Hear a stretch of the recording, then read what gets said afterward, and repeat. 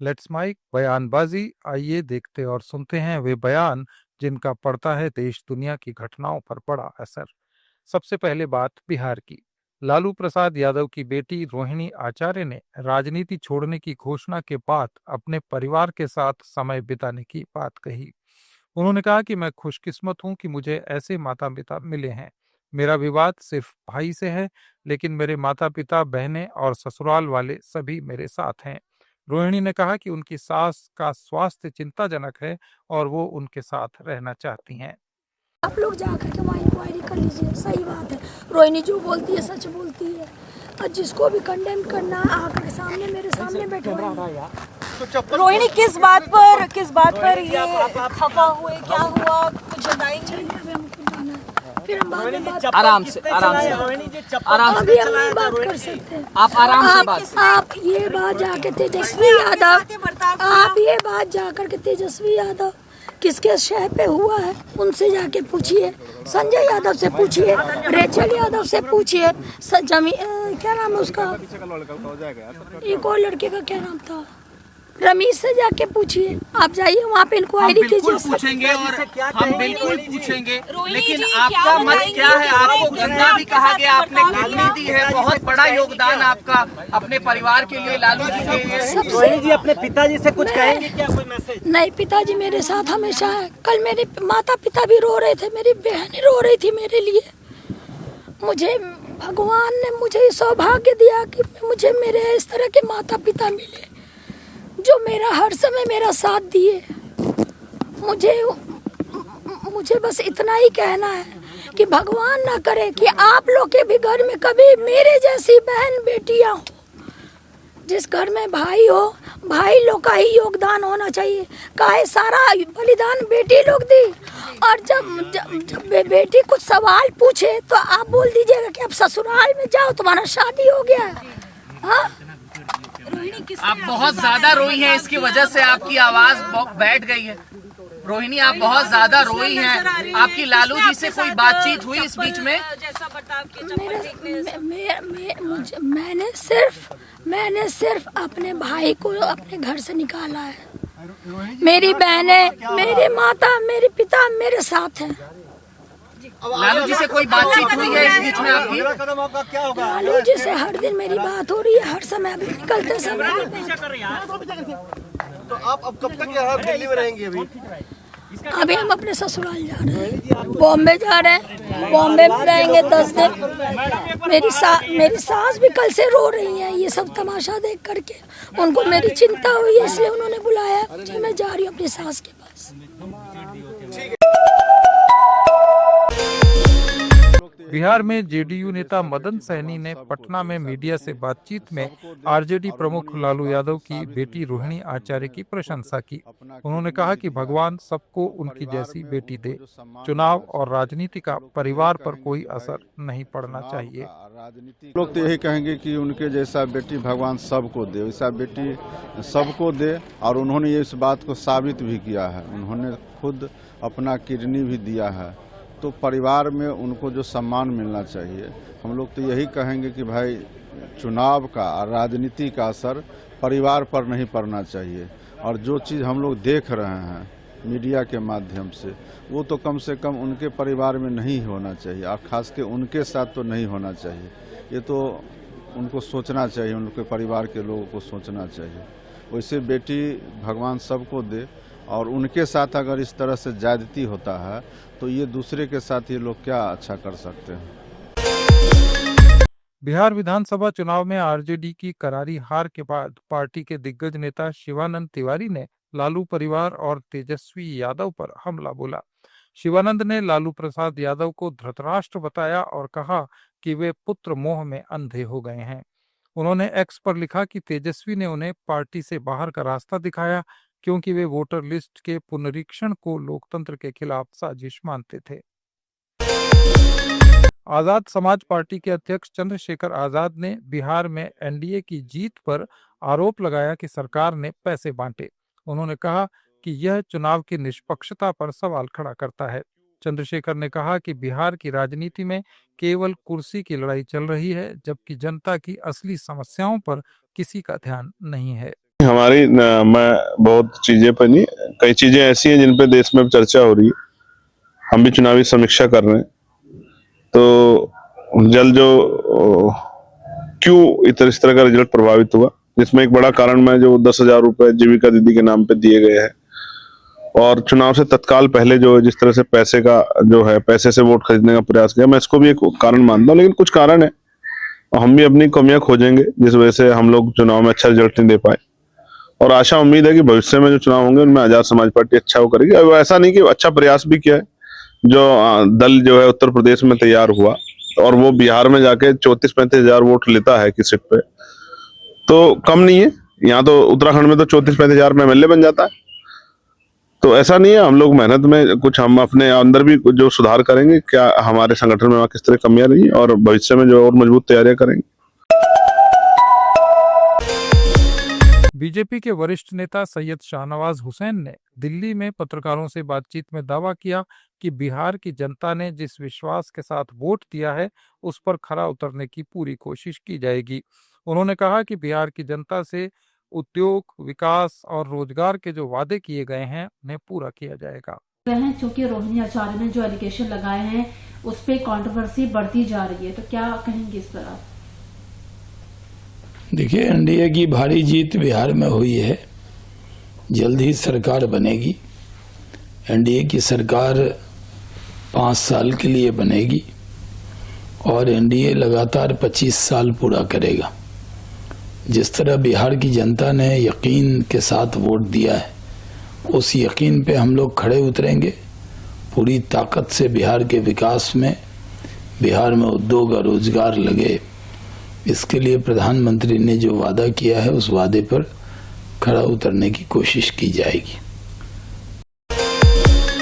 केंद्रीय उद्योग मंत्री पीयूष गोयल ने भी कहा कि बिहार राजनीतिक रूप से सक्रिय राज्य है और यहाँ के लोग देश में सभी लोगों को प्रभावित करते हैं। गोयल मुंबई में एक्सपोर्ट एक्सीलेंस पत्रिका के एक कार्यक्रम में बोल रहे थे। Certainly is a very politically live state, and the fact that they have given such a resounding result is a matter of encouragement for all of us working for a better India, for all of us working to continue to have India as the world's fastest growing economy, for all of us, and I include you in this, for all of us working towards the collective mission of making India a developed and prosperous nation by 2047, when we celebrate 100 years of independence. And to my mind, such a victory is also an encouragement for us, just like each one of the award winners feels encouraged by an award. For us in government, that is the encouragement, that the people recognize the work that is happening, the people reward us for the work that we are doing, and the people recognize what Prime Minister Modi always says, good economic. Haryana के गृह मंत्री अनिल विज ने दिल्ली में हुए विस्फोट पर प्रतिक्रिया दी और विपक्षी दलों पर निशाना साधा। अंबाला में मीडिया से बातचीत में उन्होंने कहा कि बिहार चुनाव के नतीजों ने विपक्ष की स्थिति को साफ कर दिया है। विज ने कहा कि जो दुर्गति कांग्रेस की हुई है उससे उन्हें सबक लेना चाहिए। बिहार चुनाव ने ये सिद्ध कर दिया कि तमाम विपक्षी पार्टियां अब कमजोर स्थिति में हैं। बिहार का चुनाव देखिए, कांग्रेस को अब रोने के स्कूल खोल लेने चाहिए। राजनीति तो उनको खत्म कर देनी चाहिए। बिहार में जो दुर्गति कांग्रेस की हुई है उससे सबक लेना चाहिए। और राहुल गांधी जी को तो अब राजनीति छोड़कर मछलियां पकड़ने का काम शुरू कर देना चाहिए। क्योंकि वो चुनाव के दौरान भी मछलियां पकड़ने के लिए एक तालाब में उन्होंने छलांग लगाई थी। ये सारी पार्टियां बिहार के चुनाव ने सिद्ध कर दिया कि ये खत्म है। हम हरियाणा जीते, हम दिल्ली जीते, बिहार में हमने जीत मारी है, अब बंगाल की तैयारी है। पश्चिम बंगाल के गवर्नर सीवी आनंद बोस ने तृणमूल कांग्रेस के वरिष्ठ नेता कल्याण बनर्जी के बयान पर आपत्ति जताई है। राज्यपाल ने कहा कि इस मामले में सख्त कार्रवाई की जाएगी क्योंकि ये लोगों को विद्रोह के लिए भड़काने और राज्य में हिंसा को बढ़ावा देने की कोशिश है। टीएमसी सांसद कल्याण बनर्जी ने एक कार्यक्रम में राज्यपाल को लेकर संवैधानिक पदों का अपमान करने का आरोप लगाया था। The strongest possible action in this case because this is inciting people to mutiny and encouraging violence in the state. That cannot happen. What are violations of the Bharatiya Nyaya Samhita are there will all be invoked in the appropriate manner, in the appropriate time.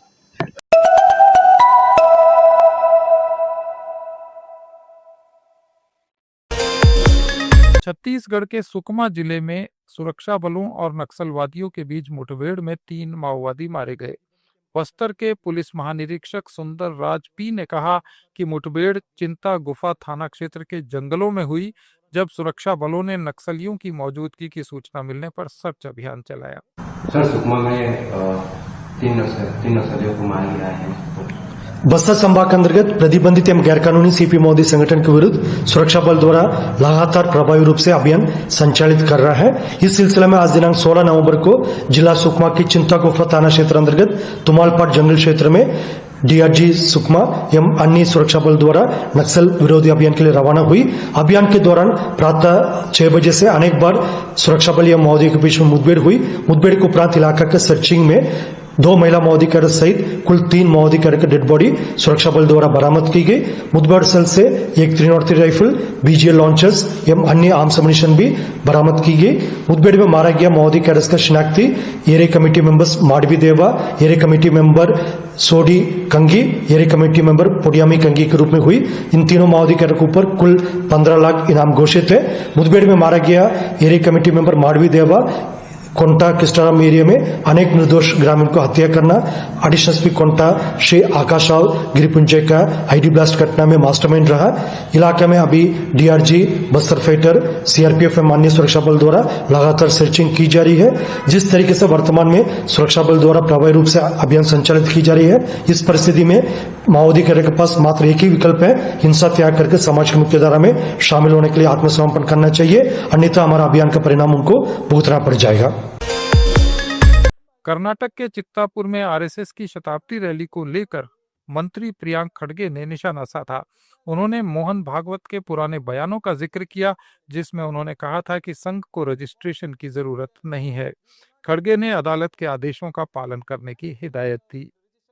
Sir, प्रारंभ ಈಗ ನೋಡಿ ಮೋಹನ್ ಭಾಗವತ್ ಅವರು ಖುದ್ದಾಗಿ ಬಂದು ಏನು ಹೇಳಿದ್ದಾರೆ, ನಾವು unregistered ಅಂತ ಹೇಳಿದ್ದಾರೆ, ಕರೆಕ್ಟಾ? We are a body of individuals, we do not need to register ಅಂತ ಹೇಳಿದ್ದು ಯಾರು ಹೇಳ್ತಾ ಇರೋದು ಅವರು ರಿಜಿಸ್ಟ್ರೇಷನ್ ಆಗಬಾರ್ದು ಅಂತ? ಬ್ಯಾಂಗ್ಳೂರ್ ಕ್ಲಬ್ ಅಂತ ಕೇಳಿದ್ದೀರಾ? ಭಾಳ ಹಳೆಯ ಸಂಸ್ಥೆ. That is also body of individuals only, they are also registered. So ಅವ್ರು ಪಥಸಂಚಲನ ಮಾಡಲಿ, everybody is free to do it, seek permission, follow the rule of the land. ಏನಾಯ್ತು ರೀ, 3 ಲಕ್ಷ ಜನ ಸೇರಿಸ್ತೀನಿ ಅಂದಿದ್ರಲ್ಲ, ಎಷ್ಟು ಜನ ಬಂದ್ರಿ ಈಗ? 300. ಅಶೋಕಣ್ಣ ಬಂದ್ರ? ಅಶೋಕಣ್ಣ ಬರ್ತೀನಿ ಅಂದಿದ್ರಲ್ಲ, ನಿಮ್ಮ ವಿಜೇಂದ್ರ ಅವ್ರು ಬಂದ್ರ? ಅವ್ರು ಬಿಡಿ, ಕಲಬುರ್ಗಿದಿಂದ ಹೋದ್ರ ಯಾರನ? ಇವಾಗೆಲ್ಲ ಈಗಲೇ ಹೇಳತ್ತೀನಿ ಅವರಿಗೆ, ದಯವಿಟ್ಟು ನಮ್ಮ ಮಾಧ್ಯಮ ಸ್ನೇಹಿತರು ಸ್ವಲ್ಪ ಎಚ್ಚೆತ್ಕೋಬೇಕು. ಅಲ್ಲಿ ಏನಾದರೂ ಹೆಚ್ಚು ಕಮ್ಮಿ ಆದರೆ ಅವರೇ ಜವಾಬ್ದಾರಿ, ಯಾಕಂದರೆ ಇಲ್ಲಿಂದ ಯಾರೂ ಹೋಗೋಕ್ಕಾಗಲ್ಲ. ಅಲ್ಲಿ ಯಾರನ್ನ ಸಿಕ್ಕಿಬಿದ್ರೆ, ಕಲಬುರ್ಗಿದವ್ರು ಇರ್ಬೋದು, ಬೀದರ್ದವ್ರು ಇರ್ಬೋದು, ಯಾದಗಿರವ್ರು ಇರ್ಬೋದು, ಬೆಂಗಳೂರದವ್ರು ಇರ್ಬೋದು, ಸಿಕ್ಕಿಬಿದ್ರೆ it is a violation of the court direction. ये थे आज के कुछ अहम बयान। अपडेट्स के लिए जुड़े रहिए लेट्स माइक के साथ। It's time for news. It's time for more than radio. Presenting the first radio news app, Let's